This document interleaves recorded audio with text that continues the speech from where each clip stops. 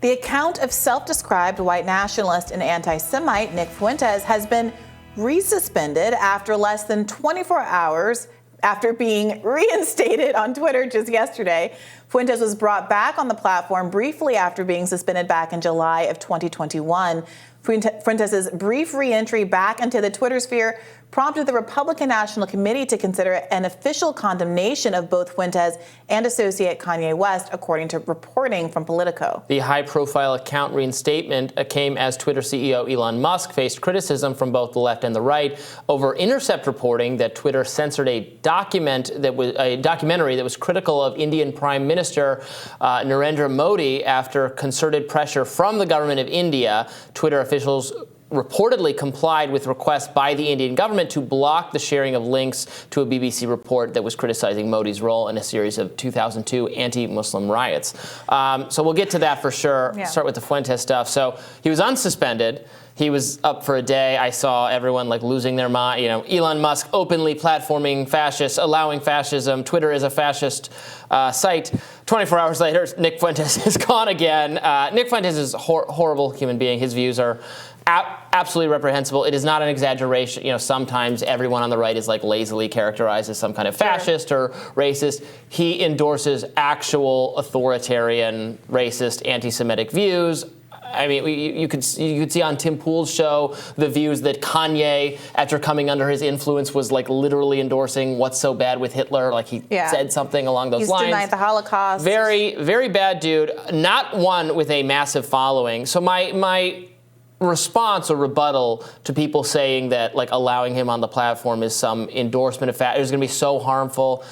If you think that letting his ideas be aired or letting him speak and letting people hear what he has to say will instantly convert tons of people to his message, doesn't that say something very fragile, I guess, about non-racism or about the views that most people have? Do we really think it's that seductive and insidious that people en masse will join it if they hear it, and thus we have to suppress it and stop anyone from hearing it?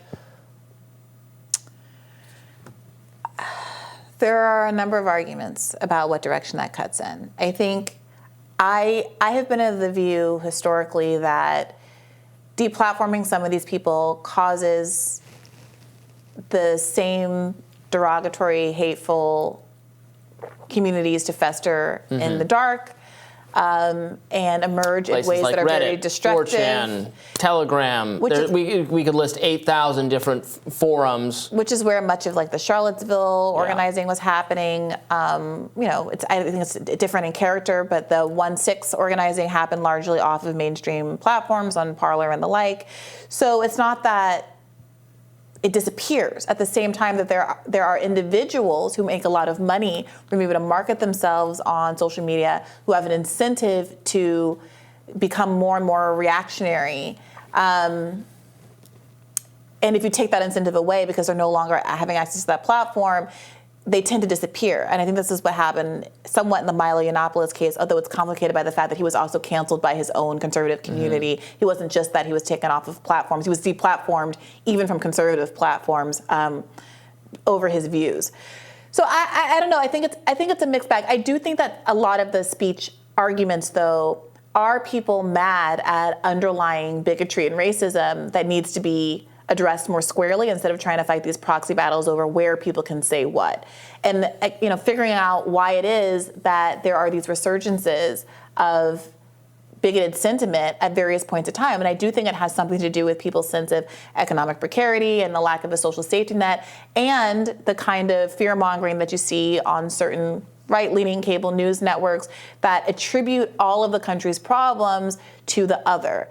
Immigrants and minorities, even when so much of the problem that regular Americans are facing are the same elites that have been running this country since time immemorial.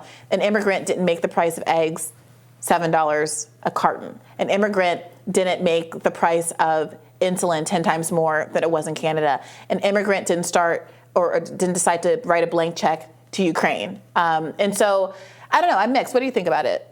Yeah, look, I think if he violates if Twitter has policies against, targeted racial harassment or specific extreme ideologies, and he violates them, it's fine to take him down. Obviously, they can have whatever policies they want. But I don't have the knee-jerk, allowing him to speak is so scary, because that would mean his ideas are more seductive than the alternative ideas.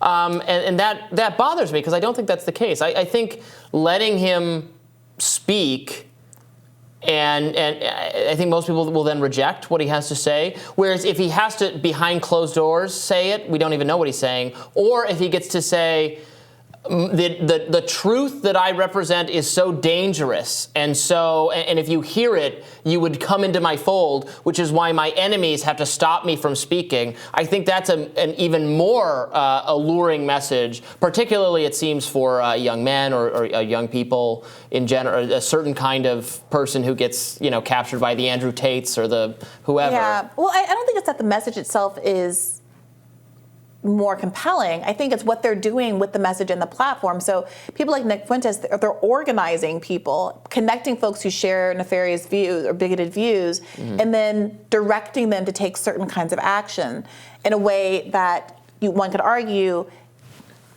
has a lot of potential for a real world if they're directing them to take criminal action, this is also law enforcement's benefit. There's nothing they like more than having the plots being organized actually on the platforms themselves, so they can. So for example, let's talk specifically about the kinds of statements he made that got him deplatformed in the first place.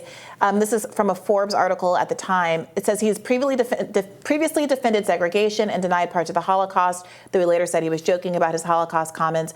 2 days before the Capitol riot, Fuentes suggested killing legislators who refused to vote to overturn the 2020 election, which is maybe not so protected free speech, before walking the idea back. He quote said, quote, "What can you and I do to a state legislator besides kill them?" He said this on his live stream. He said, "We should not do that. I'm not advising that, but I mean, what else can you do, right?" So those are the kind of statements that got him banned, not just from Twitter, but from a lot of other platforms. I think what's interesting here, though, is the choice to bring him back. So, and this relates to the second part of the introductory read, where Musk is getting into hot water for apparently banning this documentary at the behest of, Indian governmental leadership. Is he being inconsistent with what he says is a complete kind of free speech absolutist platform, when he apparently is releasing the Twitter files, saying it's so bad for the U.S. government to be interfering, then being happy to carry water for the Indian government, and doing things like letting Fuentes back on and taking him back off without providing any rationale for, one, why he was back on in the first place, and then did he actually violate Twitter's terms in the last 24 hours, or did Elon just get too much smoke and decide it wasn't worth it? I think that's fair. But here's the issue with the Indian kind of case. I guess I don't know for sure. I presume that of his own, that Elon does not want to censor that documentary or whatever it is. Sure. But the Indian government, like the Chinese government, says, hey, you want Twitter to operate in this country? This is what you have to do. In the face of an explicit government threat to take some action, or they're not going to allow your company in that. The wrong here is the government's action. What they've done is wrong. How the company, whether it's Twitter, whether it's YouTube, whether it's anyone else, how they respond is honestly, I think, a tough call. And people saying it's easy, I don't think have thought this through enough. Whether it's better, I've thought about this a lot in the Chinese case. When China says, yes, we would love to have YouTube or whatever other social media company here, but videos about Tiananmen Square, none of that. And calling Xi Jinping, making him look like he's Winnie the Pooh, no, we don't want to see any of that, even though it's really funny. What do? Are you supposed to say, nope, we do not negotiate with authoritarian governments, so if that's the conditions, no YouTube there. Is that better for the people? That's hard. I agree. It's really hard. It's hard. The question is, for me, it's that same nuance isn't being brought to the conversation about what's happening in the United States. So Elon does a lot of grandstanding about how, Twitter should never have bent the knee. There should have never been any relationship with these FBI people. There's a former FBI person who's working as legal counsel and all of this stuff, which I agree is untoward. And there's a lot more power that we have as Americans to push back against that sort of thing. And I think it's right to criticize Twitter for not pushing back when it did. But there's also this discussion. He's created this narrative around free speech absolutism, which, again, you're more empowered to kind of stand by as a owner of one of these companies in the United States, at the same time when he's making choices that don't reflect that principle.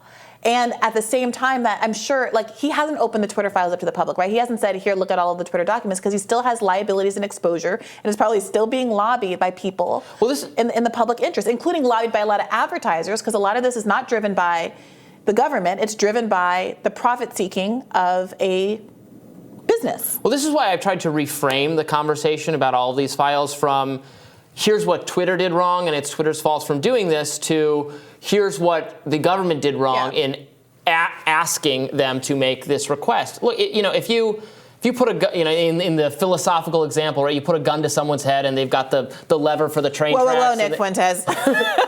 And you got to direct the train to run over 6 people or run over 1 person, but the 1 person's going to invent cancer cure or whatever. Like, what you do, it's not really the wrong.